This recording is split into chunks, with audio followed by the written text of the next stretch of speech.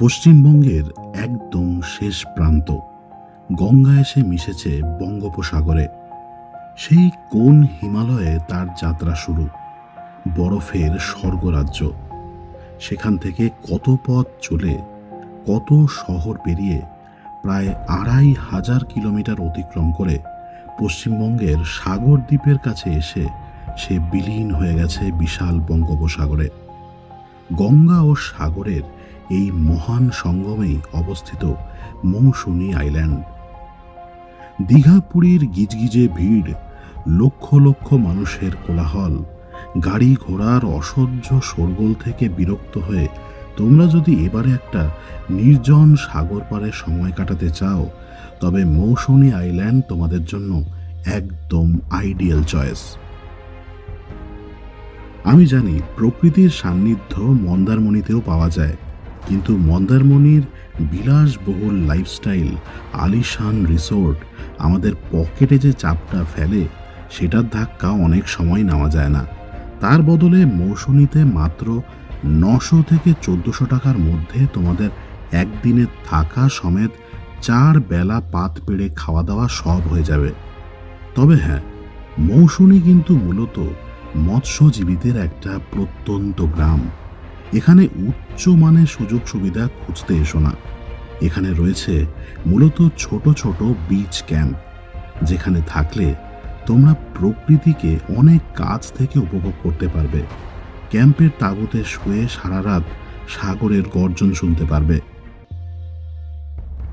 এছাড়া প্রতিদিন সন্ধেবেলা মৌসুমীর ক্যাম্পগুলো উৎসবের আমেজে মেতে ওঠে। এত সুন্দর লাইটিং, সাথে বক্সে অবিরাম পার্টি সং এবং তার পাশে বন ফায়ার ও চিকেন বারবিকিউ। সত্যি কথা বলতে, ওই ভিড়ে ঠাসা বিচের থেকে এই নির্জন সাগর পাড়ে বন্ধুদের সাথে আড্ডা এবং পার্টি অনেক বেশি স্মরণীয় হয়ে থাকে।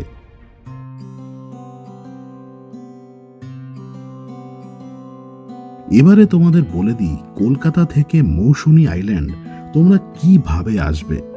তোমরা যদি বাসে আসতে চাও, সেই ক্ষেত্রে কলকাতার ধর্মতলা বাসস্ট্যান্ড থেকে ডাব্লিউবিটিসি সংস্থার কলকাতা বকখালি সরকারি নন এসি বাস চলে।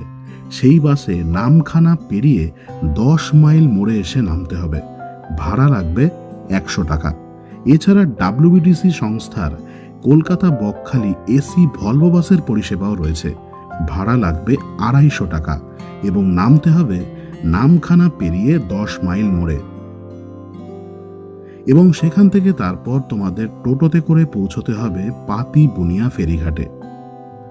এরপর নদী পেরোনোর পালা। নদী পেরোলেই তোমরা পৌঁছে যাবে মৌসুনী আইল্যান্ড। কিন্তু ওপারে নেমেও তোমাদের আবারও একটা টোটো ভাড়া করতে হবে তোমাদের বুক করা নির্দিষ্ট ক্যাম্পে যাওয়ার জন্যে। এবারে তোমরা যদি পার্সোনাল বাইক বা গাড়ি নিয়ে মৌসুনী আইল্যান্ড আসতে চাও, সেটাও করতে পারো। গুগল ম্যাপে লোকেশন দিয়ে দাও পাতি বুনিয়া ফেরিঘাট। ঘাটের সামনে প্রচুর পার্কিং রয়েছে, তোমাদের বাইক বা গাড়ি ওখানেই রাখতে পারবে। যারা বাইক নিয়ে আসছো, তারা চাইলেই বাইক ক্যাম্প অব্দিও নিয়ে যেতে পারবে। হালকা বাইক হলে তো কোনো সমস্যাই নেই। রয়্যাল এনফিল্ড জাতীয় ভারী বাইক হলে একটু সমস্যা হয়, তবু আমাদের সময় ওখানকার স্থানীয় লোকেরাই এগিয়ে এসে বাইকগুলো নৌকায় তুলে দিয়েছিল। তবে এখানেও বলে রাখি, যাওয়ার সময় নদী শান্ত থাকায় আমরা নির্বিঘ্নে বাইকগুলো নিয়ে খেয়া পার হয়ে গেছিলাম, কিন্তু ফেরার সময় নদী এত উত্তাল ছিল যে বাইকগুলো প্রায় ফেলে দিচ্ছিল। আমাকে নিজের বাইকটা প্রায় জাপটে ধরে রাখতে হয়েছিল যাতে নদীতে না পড়ে যায়। বাকিটা তোমরা অবস্থা বুঝে ব্যবস্থা নিও। যাই হোক, বাইক, গাড়ি, বাস সবকিছুই হলো। এবারে তোমাদের বলে দিই, কলকাতা থেকে মৌসুনী আইল্যান্ড তোমরা রেল পথে কিভাবে আসবে। কথাটা আজ থেকে কয়েকদিন আগের। আমি তখন বরফের রাজ্য হিমাচলে সিমলা, কাসল, মানালি ট্যুর প্যাকেজের ভিডিও করতে গেছি। এক্সট্রিম হার্শ ওয়েদার তখন সেখানে। টেম্পারেচার ঘোরাফেরা করছে -৯, -১০। হিল স্টেশন মানালি তখন ঢেকে গেছে বরফের মোটা আস্তরণে। হাজার হাজার গাড়ি আটকে গেছে বরফের তলায়। রাস্তাঘাটে চলা যাচ্ছে না, পা স্লিপ কেটে ধপাস করে পড়ছে সবাই। যখন তখন তুষারপাত হচ্ছে। সে এক অনবদ্য অভিজ্ঞতা। এমন সময় ওখানে থাকতেই ডাক পেলাম মৌসুনি থেকে। মানালি থেকে আম্বালা এসে ধরলাম নাঙ্গাল ড্যাম কলকাতা গুরুমুখী এক্সপ্রেস। এক রাত ট্রেনে কাটিয়ে পরের দিন সন্ধেবেলা পৌঁছলাম কলকাতা স্টেশনে, এবং সেই রাতটা শুধু বাড়িতে থেকেই পরের দিন সকালেই আবার বেরিয়ে পড়লাম মৌসুনির উদ্দেশ্যে। পৌঁছে গেলাম শিয়ালদা স্টেশনে। মৌসুনি আইল্যান্ড যেতে আমাদের শিয়ালদা স্টেশন থেকে লোকাল ট্রেনে যেতে হবে নামখানা, যেই লোকাল ছাড়বে শিয়ালদা সাউথ থেকে। শিয়ালদা স্টেশনের মেট্রো গেটের ঠিক পাশেই তোমরা পেয়ে যাবে শিয়ালদা দক্ষিণ শাখার প্রবেশদ্বার। এবারে লোকাল ট্রেনে যাওয়া নিয়ে একটা গুরুত্বপূর্ণ সূচনা। শিয়ালদা থেকে নামখানা যাওয়ার কিন্তু দিনে মাত্র দুটোই ডিরেক্ট ট্রেন রয়েছে। বাকি ট্রেনগুলো কিন্তু শিয়ালদা আর লক্ষ্মীকান্তপুরের মধ্যে চলে। এই লক্ষ্মীকান্তপুর হল শিয়ালদা আর নামখানার প্রায় মাঝামাঝি একটা স্টেশন। লক্ষ্মীকান্তপুর থেকে আবার নামখানা যাওয়ার সারাদিনে প্রচুর লোকাল ট্রেন রয়েছে। মানে আমাদের একটা ট্রেনে শিয়ালদা থেকে লক্ষ্মীকান্তপুর যেতে হবে, আবার সেখান থেকে অন্য ট্রেনে নামখানা যেতে হবে। কিভাবে ট্রেন সিলেক্ট করবে আমি বলে দিচ্ছি। যেমন ধরো, আমরা সকাল 8:15 শিয়ালদা লক্ষ্মীকান্তপুর লোকালটা ধরবো ভাবছিলাম। ওটার লক্ষ্মীকান্তপুর পৌঁছানোর সময় সকাল 9:55, কিন্তু লক্ষ্মীকান্তপুর থেকে নামখানা যাওয়ার গাড়ি আবার রয়েছে সকাল 11:25। অর্থাৎ আমাদের 1.5 ঘন্টা ওই লক্ষ্মীকান্তপুর স্টেশনে অপেক্ষা করতে হতো। তার বদলে আমরা যদি শিয়ালদা থেকে সকাল 9:16 শিয়ালদা লক্ষ্মীকান্তপুর লোকালটা ধরি, তাহলে লক্ষ্মীকান্তপুর পৌঁছাবো সকাল 10:55, এবং তারপর মাত্র আধ ঘন্টা অপেক্ষা করলেই কিন্তু পেয়ে যাব 11:25 লক্ষ্মীকান্তপুর নামখানা লোকালটা। কিন্তু শিয়ালদা স্টেশনে গিয়ে দেখি 9:16 শিয়ালদা লক্ষ্মীকান্তপুর লোকালটাকেই ডিরেক্ট নামখানা লোকাল দেখাচ্ছে। তারপর বুঝলাম এই ট্রেনটাই লক্ষ্মীকান্তপুরে 30 মিনিট দাঁড়িয়ে লক্ষ্মীকান্তপুর নামখানা লোকাল হয়ে যাবে।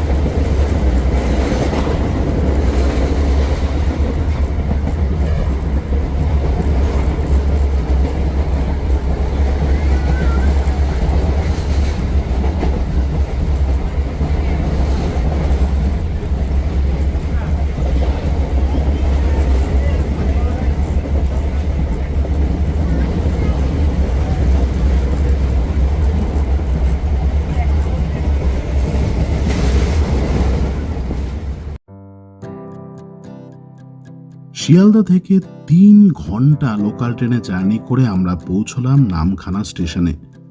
নামখানা কলকাতা থেকে অনেকটাই দূর, রেলের হিসেবে 108 কিলোমিটার। স্টেশনটা ভারী সুন্দর সাজানো।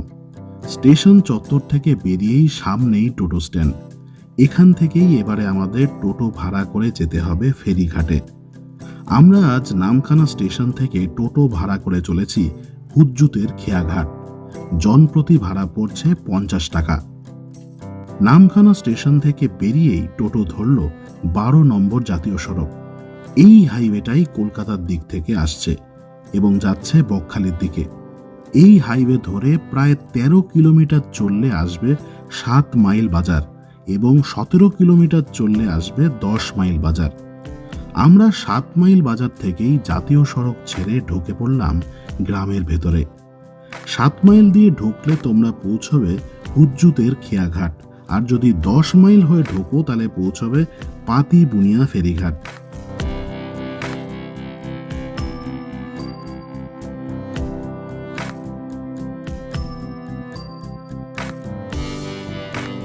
গ্রামের ভিতরে ঢুকতেই তোমরা যেটা প্রথমেই অনুভব করবে, তোমাদের দৈনন্দিন জীবনের সমস্ত মানসিক চাপ যেন কোথায় দূর হয়ে গেছে।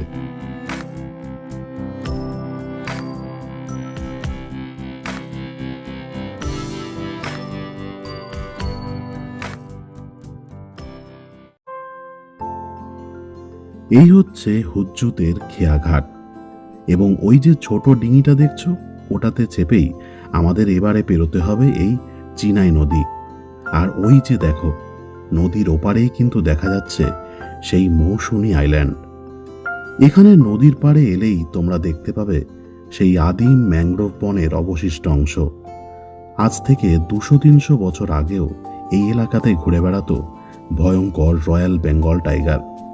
কারণ সেই কালে এই মৌসুমী, বকখালি বা গঙ্গাসাগর সবকিছুই ছিল সুন্দরবন ফরেস্টেরই অবিচ্ছেদ্য অংশ। কথায় আছে না, সব তীর্থ বারবার কিন্তু গঙ্গাসাগর একবার।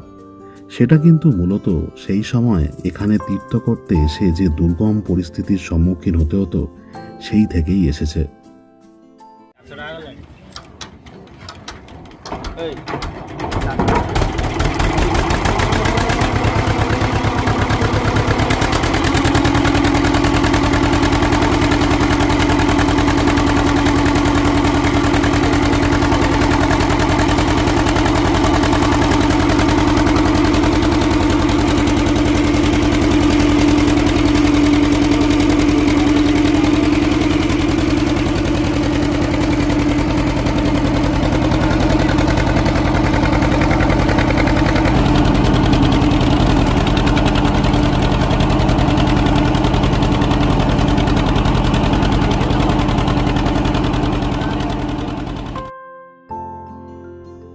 নৌকায় নদী পার হতে আমাদের মাথা পিছু ভাড়া লাগলো মাত্র 5 টাকা করে।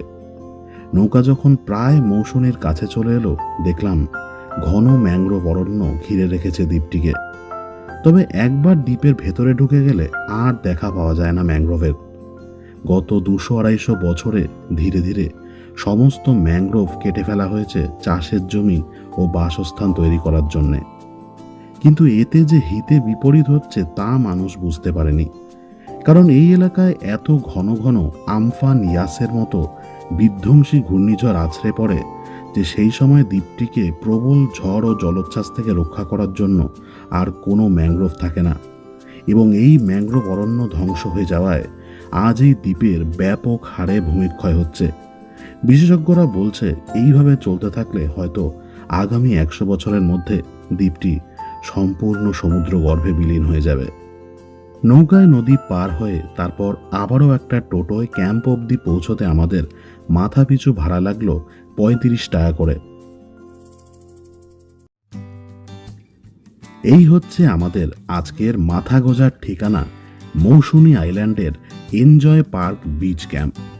এই ছোট ছোট কুটিরগুলোতেই সব থাকার ব্যবস্থা, একেবারে নিখাদ গ্রাম্য পরিবেশ।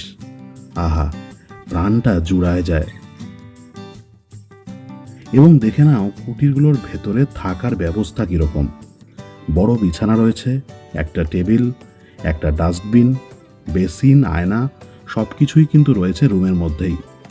বাথরুমটাও দেখে নাও, শাওয়ার, কমোড, জেট স্প্রে, সমস্ত দরকারি জিনিস কিন্তু রয়েছে এবং বাথরুমটা পরিষ্কার পরিচ্ছন্ন।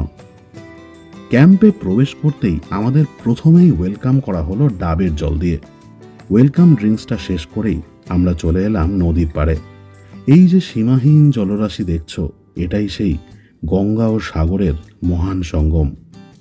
হুগলির শাখা নদী মুড়িগঙ্গা এখানে এসে মিশেছে বঙ্গোপসাগরে। এবং দেখো, নদীর পাড়েই কিন্তু পরপর তাঁবু খাটানো রয়েছে, তোমরা চাইলে এখানেও রাত কাটাতে পারো। তবে বস, আমাকে বড় টানছে এই নদীর উপর তৈরি করা বাঁশের মাচাটা। এখানে বসে এখন একটু পার্টি না করলে চলবে না। বন্ধুরা, জীবনটা হয়তো এরকমই চেয়েছিলাম। আজ থেকে 2 দিন আগে এমন এক পৃথিবীতে ছিলাম যেখানে চতুর্দিকে শুধু বরফ আর বরফ, বরফের সাদা চাদরে ঢেকে আছে চারিপাশ। বাইরের টেম্পারেচার -9, -10। আর আজ চলে এসেছি নিজের আপন জায়গায় পশ্চিমবাংলায়, যেখানে ফেব্রুয়ারির শুরু থেকেই গায়ে কোনো গরম জামা রাখা যাচ্ছে না। গরমকালের মতো হাফ জামা পরে বসে আছি। টেম্পারেচার উঠে গেছে 27 ডিগ্রিতে, মানে অলমোস্ট 30 ছুঁই ছুঁই। মানে ভাবতেই কি অবাক লাগে, কি অদ্ভুত এই দেশ, কি অদ্ভুত এই ভারতবর্ষ, যার এক প্রান্তে এখন হচ্ছে প্রবল তুষারপাত আর আরেক প্রান্তে অলরেডি কিন্তু গরমকাল পড়ে গেছে। আরও একটা ইন্টারেস্টিং ব্যাপার জানো, আজ থেকে 2 দিন আগে আমরা যেখানে ছিলাম সেই পাহাড়ে বরফের জল গলে নদীর সৃষ্টি হয়, আর আজ যেখানে বসে আছি সেখানে নদী তার সুবিশাল যাত্রাপথ শেষ করে এসে মিশছে সাগরে, বঙ্গোপসাগরে। হ্যাঁ বন্ধুরা, আজকে আমরা রয়েছি গঙ্গাসাগরের ঠিক পাশেই বিখ্যাত মৌসুনী আইল্যান্ডে। এই মৌসুনী আইল্যান্ডে তোমরা পেয়ে যাবে এক সে এক দারুণ দারুণ বিচ ক্যাম্প। তোমরা যারা গ্রামের এই শান্ত নিরিবিলি পরিবেশটা পছন্দ করো, তোমরা যারা যারা শহরের ওই ব্যস্ত জীবন, শহরের ওই কোলাহল থেকে 2 দিন মুক্তি পেতে চাও, তারা কিন্তু অবশ্যই চলে আসো এই মৌসুনী আইল্যান্ডে। বন্ধুরা দেখো শুভজিৎ কি নিয়ে এসছে, এই হচ্ছে নদী, একদম নদীর টাটকা কিন্তু চিংড়ি মাছ আছে, চিংড়ি মাছটা একটু এদিকে নিয়ে আয়। বন্ধুরা শুভজিৎ কি নিয়ে এসছে দেখো, একদম নদীর টাটকা চিংড়ি মাছ, ফ্রেশ জেলেদের কাছ থেকে নিয়ে এসছে। একটু সাইজ দেখা সবাইকে। ও ভাই, 600 টাকা করে কেজি। ও লাভলি। জাস্ট একবার বন্ধুরা অ্যাম্বিয়েন্সটা দেখো, আমরা মাচার ওপরে আছি, এই হচ্ছে নদী, পুরো ঠান্ডা হাওয়া বইছে, আর নদীর ফ্রেশ চিংড়ি মাছ দিয়ে এখন কিন্তু আমরা একটু হালকা খাওয়া দাওয়া করব। ও কি হাওয়া দিচ্ছে এদিক থেকে, এই হচ্ছে চিংড়ি মাছ। দেখেছিস, মৌসুনী এমন একটা দ্বীপ যেখানের অধিকাংশ বাসিন্দা মৎস্যজীবী। ক্যাম্পের সামনেই দেখবে সারা দিন জেলেরা নদীতে মাছ ধরছে, এবং সেই টাটকা সামুদ্রিক মাছ জেলেদের থেকে কিনে একদম ভিলেজ স্টাইলে ঝাল ঝাল রান্না করিয়ে খাওয়ার কিন্তু আলাদাই মজা। এবং তার সাথে যদি সঙ্গ দেয় চিল্ড বিয়ার, মাইন্ডটা একেবারে রিফ্রেশ হয়ে যায়। আমি রিসেন্টলি দেখেছি, এই রিসেন্টলি যে কাশ্মীর বা হিমাচলে যে স্নোফলটা হয়েছে, সেটা নিয়ে ফেসবুকে অনেকে লিখছে যে এই সৌন্দর্যের কাছে সমুদ্র কিছুই না। আমি বুঝি না তোমরা সবসময় কম্প্যারিজন কেন করো। আমি নিজে লাইভ স্নোফল দেখে এসেছি 2 দিন আগে, আর আজ এই সাগরে এসেও কিন্তু আমার এক ফোঁটাও কম কিছু মনে হচ্ছে না, একই রকম ভালো লাগছে। এই যে মানে নদীর জলের ওপরে যে মাচা বানানো রয়েছে সেখানে বসে আছি, এবং কনস্ট্যান্ট ঝোড়ো হাওয়া বইছে, এত আরাম লাগছে না। তার সাথে এই চিল্ড বিয়ার আর নদীর এই জলেরই টাটকা চিংড়ি মাছের ঝাল, এই এক্সপিরিয়েন্স অনবদ্য এক্সপিরিয়েন্স, সিরিয়াসলি বলছি। আমি নিজে গোয়া বহুবার গেছি, মন্দারমণি গেছি, ওখানকার শ্যাকেও গেছি ভালো, কিন্তু শ্যাকের এক্সপিরিয়েন্সটা মৌসুনী আইল্যান্ডে সবচেয়ে টপ আমি বলবো। বন্ধুরা মিলে গল্পে আড্ডায় যে কখন সময় বেরিয়ে গেল কিছু টেরই পেলাম না। তারপর হঠাৎ যখন সম্বিত ফিরল, দেখলাম গোটা জগৎটা এক রক্তিম আভায় ভেসে যাচ্ছে। আকাশের ক্যানভাসে কে যেন সযত্নে আবির ছড়িয়ে দিয়েছে। নদীটা দেখে যেন মনে হচ্ছে তরল সোনা বয়ে চলেছে। দিনের এই বিদায় লগ্নে সূর্যের এই শেষ হাসিটা যেন বলতে চাইছে, জীবনের প্রতিটা সমাপ্তি আসলে এক নতুন শুরুর নীরব প্রতিশ্রুতি। দেখতে দেখতেই বিকেল গড়িয়ে সন্ধে নেমে আসলো। এদিকে বিশ্বাস করবে না, তখনও আমাদের দুপুরের খাওয়া দাওয়াই করা হয়নি। তবে ক্যাম্পের দাদাদের একবার বলার সঙ্গে সঙ্গেই ওরা প্লেট সাজিয়ে লাঞ্চ প্রস্তুত করলো। সে কত পদ যে ওরা রান্না করেছিল তোমাদের কি বলবো।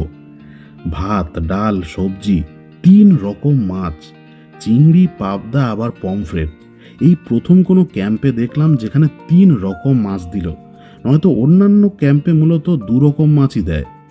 পমফ্রেটের ঝোলটা পাতলা ছিল, তবে পাবদার ঝাল আর চিংড়ির ঝালটা উফ, মনে রাখার মতো। আরেকটা খাবার দারুণ করেছিল, সেটা হলো ওই আলু ফুলকপির সবজিটা। এছাড়া শেষ পাতে ছিল চাটনি আর পাঁপড়। এক কথায় অনবদ্য খাওয়া দাওয়া।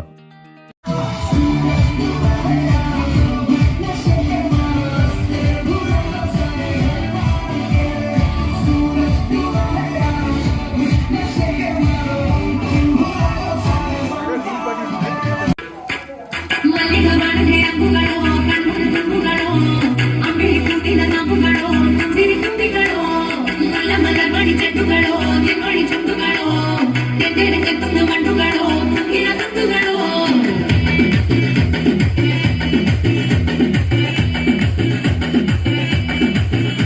বন্ধুরা, খেয়ে উঠতে উঠতেই এত দেরি করেছি যে এখন কিন্তু এই ক্যাম্পে ফুল পার্টি মুড চালু।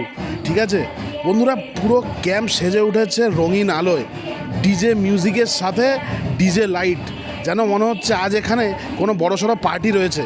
এবং তার সাথেই কিন্তু জ্বালানো হয়েছে ক্যাম্প ফায়ার এই নদীর পাড়ে। এবং এই শীতকালে ক্যাম্প ফায়ারের থেকে কি বেটার কিছু হতে পারে? এবং একটু পরে ওই ক্যাম্প ফায়ারের আগুনেই কিন্তু হবে চিকেন বারবিকিউ। তবে তার আগে আপাতত কিন্তু আমাদের দিয়ে গেছে মুড়ি, তার সাথে ভেজ পকোড়া আর চা। বস এই খেয়ে উঠেছি, এর মধ্যেই আর যে কত কিছু খেতে হবে, পেটটা মনে হচ্ছে বাস্ট করবে।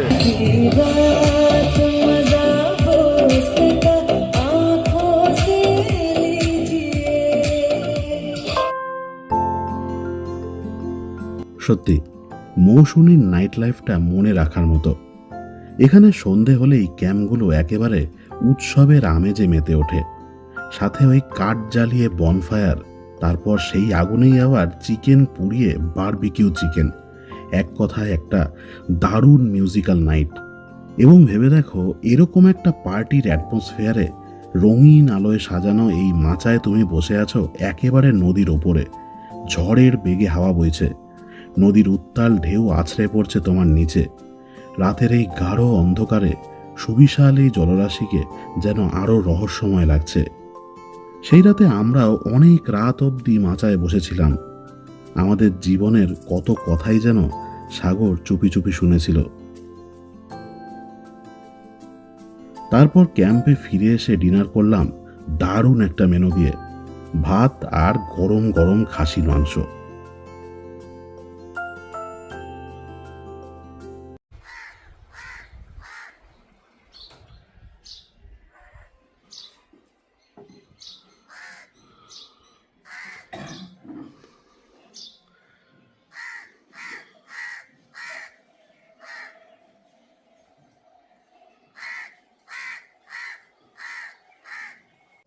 মানে তোমরা এখানে সেই নির্জন প্রকৃতিটা খুঁজে পাবে, যেটা কিন্তু এখন আর দীঘা মন্দারমণিতে খুঁজে পাওয়া যায় না।